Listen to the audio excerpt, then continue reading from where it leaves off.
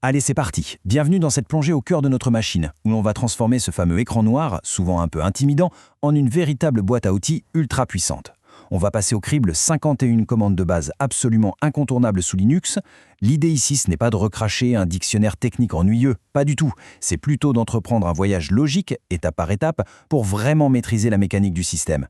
En s'appuyant sur les données de notre analyse, on va voir comment on peut passer du stade de simple spectateur de son ordinateur à celui de véritable chef d'orchestre. L'objectif, c'est de rendre tout ça limpide et concret. Bon, pour éviter l'indigestion, voici le plan de route. On va avancer en 5 grandes étapes. D'abord la navigation pour se repérer, ensuite la gestion du texte, puis on fera un zoom arrière sur le système et les processus. On enchaînera avec l'accès réseau pour finir sur les meilleurs raccourcis et utilitaires. Une progression tout en douceur.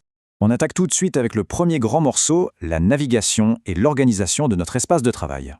Pour bien se représenter les choses, il faut voir cet espace non pas comme du vide virtuel, mais littéralement comme une gigantesque armoire à archives physique, avec plein de tiroirs et de dossiers.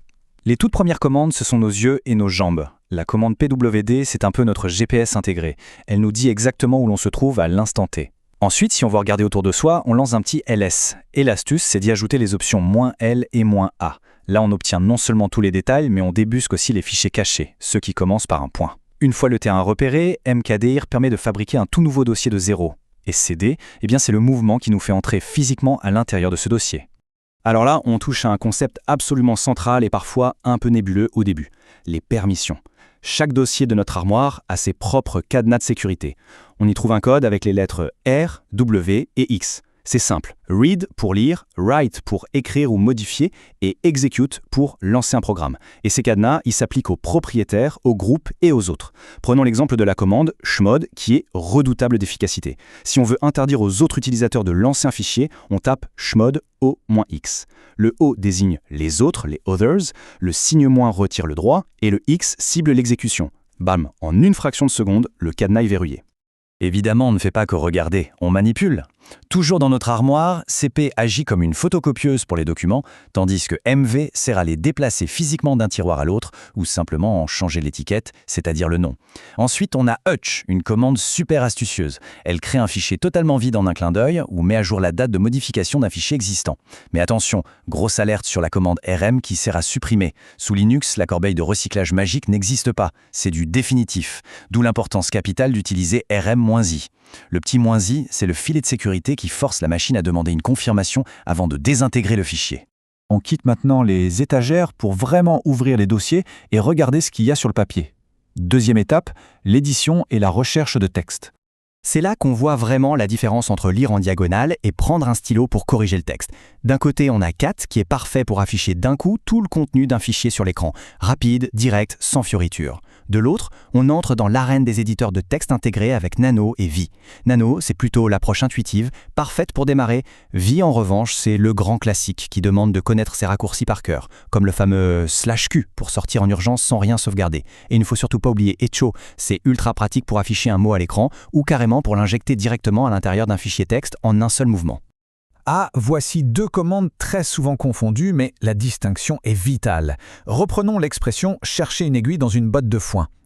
La commande find, elle sert à localiser la botte de foin. Elle fouille tout le système pour trouver un fichier précis selon son nom ou sa date. La commande grep, elle, plonge les mains dans le foin pour trouver l'aiguille. Elle scanne tout le texte à l'intérieur des fichiers pour repérer un mot ou une phrase spécifique. Et petite astuce géniale, si on tape grep-i, la recherche devient insensible à la casse. Majuscule, minuscule, peu importe, ça trouve tout. On monte d'un cran.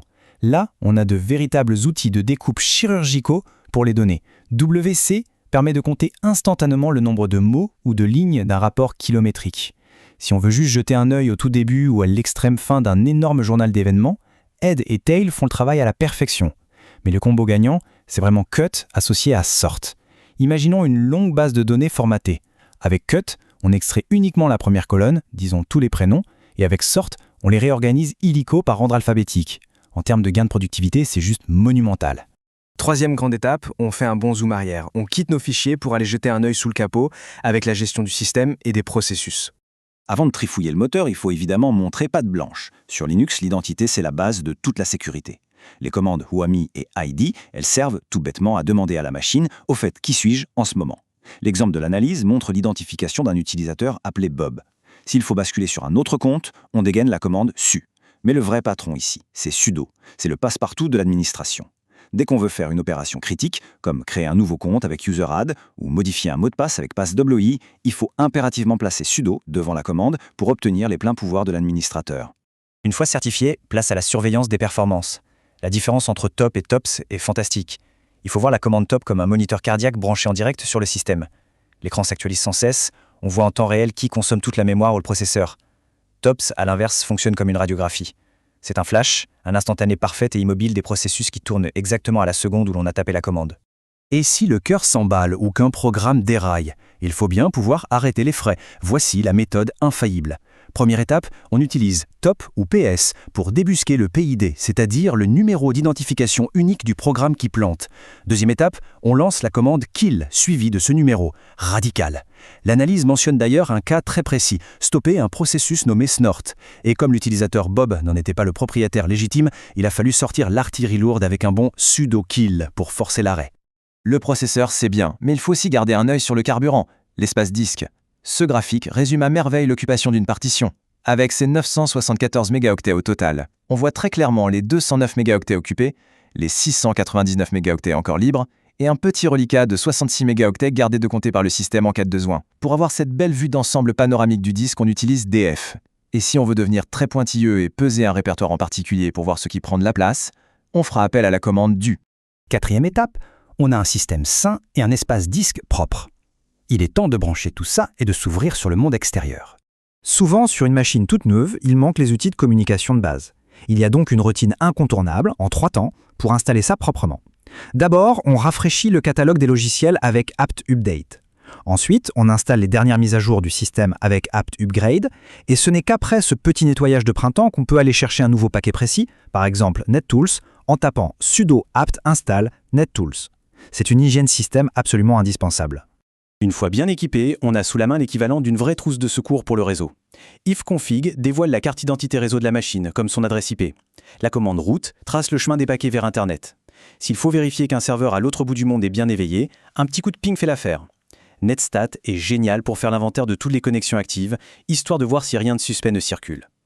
Et la star, bien sûr, c'est SSH, qui permet de se connecter à distance en toute sécurité sur une autre machine pour en prendre les commandes. Enfin, cinquième et dernière étape, nos fondations sont maintenant ultra solides. On va donc voir comment rajouter de l'huile dans les rouages avec les meilleurs utilitaires pour gagner du temps.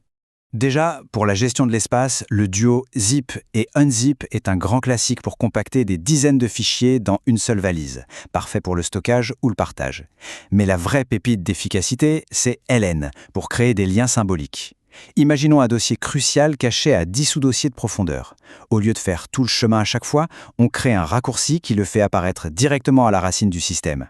Et quand on n'en a plus besoin, un simple unlink efface le raccourci sans jamais toucher au précieux dossier d'origine. Malin, non ? Alors, s'il ne fallait retenir qu'une seule et unique astuce aujourd'hui pour doper sa productivité, c'est celle-là, les alias. Un alias, c'est un mot de passe magique qu'on invente pour déclencher une commande beaucoup trop longue à taper. L'analyse donne un exemple super parlant. Taper ls-lhrt à longueur de journée pour lister ses fichiers par date, c'est fastidieux. Eh bien, on tape juste alias lsr égale ls-lhrt et le tour est joué. Désormais, taper lsr fait tout le travail à notre place. Et si on s'en lasse, un alias le fait disparaître. C'est le gain de temps ultime. Pour garder les idées claires, un petit coup de balai s'impose souvent. Quand l'écran déborde de lignes de texte, clear vite tout et redonne une page blanche. Rassurons-nous, la machine a une excellente mémoire, la commande history ressort l'historique complet de tout ce qui a été tapé. Et là, astuce en or massif, si on repère une commande imbuvable à la ligne 42 de l'historique, il suffit de taper .42, soit exclamation 42, pour la relancer instantanément. 0 faute de frappe garantie. Et pour plier bagage, exit, ferme la session proprement. Évidemment, toutes les bonnes choses ont une fin. Il faut bien savoir éteindre la lumière. On a reboot pour relancer un cycle de démarrage ou la commande d'arrêt pour couper l'alimentation. La leçon très importante soulignée ici, c'est que jouer avec l'interrupteur général, c'est une affaire de super administrateur. Il faut des droits sudo obligatoires. Ça évite qu'un utilisateur un peu maladroit n'éteigne accidentellement tout le serveur de production de l'entreprise en plein après-midi. Et pour finir, en cas de trou de mémoire sur l'une des commandes de ce fantastique inventaire, pas de panique, le filet de sécurité ultime est intégré, MAN, c'est le manuel du système. MAN, suivi de n'importe quelle commande, déroule absolument toutes les explications et options possibles. On appuie sur Q pour quitter et le tour est joué. On complète tout ça par DAT pour caler l'horloge ou UNAME pour vérifier l'architecture du système et on a un contrôle absolu sur son environnement. Au bout du compte, on pourrait se demander pourquoi s'embêter à apprendre tout ça alors qu'il y a des interfaces graphiques. Eh bien, posséder cette fameuse grammaire de base, ce n'est pas juste de la mémorisation. C'est basculer du statut de passager soumis au clic de souris au rôle de pilote absolu. C'est parler directement au cœur de la machine. Ce décryptage nous montre bien que comprendre ces 51 rouages, c'est retrouver le contrôle total sur la technologie qu'on utilise tous les jours. C'est radical, c'est puissant et ça donne sacrément envie de continuer à explorer, n'est-ce pas ?